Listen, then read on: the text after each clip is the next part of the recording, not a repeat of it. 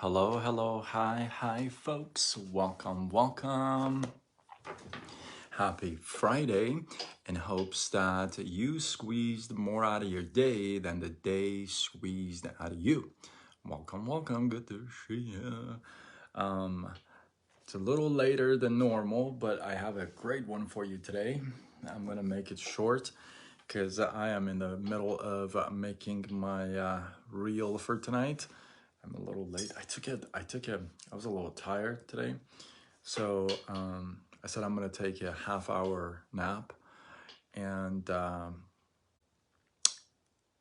woke up 4.5 hours later. I think my body was trying to tell me something. I was crazy.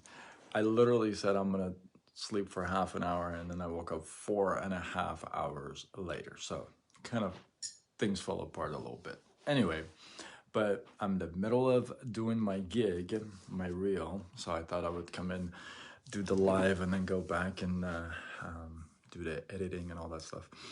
But stay tuned, it'll be fun. Today I was listening to Shadi Zahrai. I don't know if you know who that is, but she's a motivational speaker, inspirational speaker. She's really good. Lawrence, how are you? Welcome. Good to see you, brother. Good to see you, my man. And she was explaining something that we all go through, but I think we go through it so often that we don't even pay attention to it, right? So, have you ever thought about where your motivation comes from? Like your real motivation, where does it come from? Like, how do you get motivated to do something? Now, you may say, you know what, I have this drive, I have this why, I have, my own reasons. But then, have you found out this to be true? Have you been, okay, are you more motivated to work out when you're at the gym? Are you more motivated to read a book when you're at the library? You know what I mean? Are you more motivated to be in tune with the good words when you're at church? So, are you motivated based on where you are? Like, does that kind of move you a little bit? I know it does for me. Like, for example, I'll give you this example. I don't think I've ever shared this before, but for me, let me think. Okay, this is the yeah, this is the fourth time. So this is the fourth time that I've had to come back as far as to the gym is concerned, right? So there's been three other times where I've gone through surgeries or actually pretty much three surgeries. So I've gone through surgeries or some that I haven't been able to work out for a while, and then I'd have to come back and start from zero, right? This time is number four. And the reason why I share that with you is this. And this may be strange a little bit, but I like to go when I go back. Like when I go back to the gym is when I've lost a lot of weight. I'm very out of shape. I'm just not there, right? So when I go back to the gym for the first time after a long time, what I like to do is I normally go to a gym I've never gone to before, and I go at their busiest time. That's been my thing. And the reason why I do that is just I put myself in that environment, and I feel like that's a really rough environment. Everybody's in shape, because it's the rush hour, because that's usually when everybody comes to work out. Those are the people who work out, right? So I put myself in that situation. A new gym, nobody knows me. So I'm this scrawny little kid that doesn't know much, right? In a time where everybody's is on equipments, like I literally have to wait for equipments, right? I have to ask people. So it puts me in that really, really tough environment, but it makes me motivated. it really pushes me through. That's how I've been able to come back to the like to my weights and to my health and all that stuff. And I'm going through that journey again right now. So why I share that with you is the environment makes a difference, right? And there's a phenomenon called social contagion. And that's what it is. Social contagion. What it is that when you're put into a certain environment, that environment drives you, motivates you, right?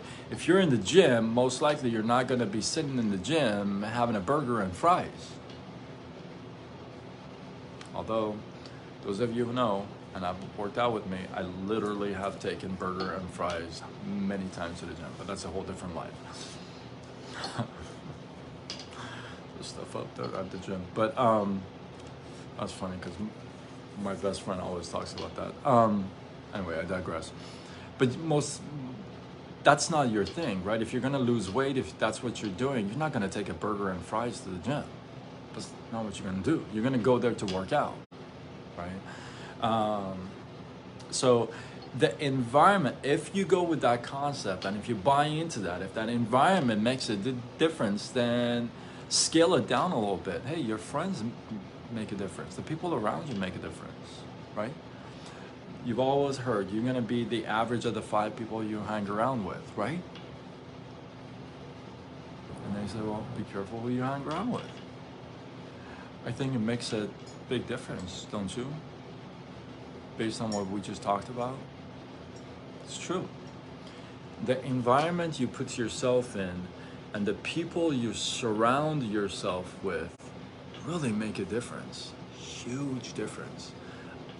Ask me. I can tell you, they make a difference. You know, I've had some good folks around me and I've had some not so good folks around me. And they both have made a difference. One negative, one positive, right? So I ask you to be conscious of that. Be conscious of your environment that you put yourself in, because you ultimately put yourself in that environment. I'm the one who goes to the gym that I've never been to at the time where everybody's there. Like I literally go when all the yoked people are there, all the, you know, and I'm just this time I went, this is the exact same thing that happened to me. And I've talked about it in my life. A couple people came up to me and talked to me. I put myself in that situation because mentally I want to just be driven like that, you know. So I ask you to be conscious of the environment you put yourself in. Look, social contagion. All it means is that where you put yourself, the environment you put yourself into is gonna have an effect how you play. You know, you hang around a bunch of people that all they do is eat chips and drink beer and binge on Netflix. Most likely, you're not gonna be sitting there reading a book. Most likely, you're gonna be joining. You sit with a bunch of intellects that discuss ideas, share thoughts about how they can impact lives. You put yourself in that environment, it's going to be kind of hard for you to sit there, eat chips, drink beer, and binge on Netflix in that environment. It's just the environment you put yourself into, and you put yourself into. That means you have that choice, right? You can choose where you put yourself into. So I'm asking you to be conscious of that. Hopefully, you guys get some love, some inspiration, some value. If you feel like this was worthy of sharing, tag a couple people, share it on your wall, do what you gotta do, spread the love. And I wanna know your feedback. Drop your thoughts, your comments below. Let this feed grow. You know, I could talk about the environments that I've put myself in, and some of you have heard my stories in real life, but I've talked about them in so many lives, but I wanna hear from you.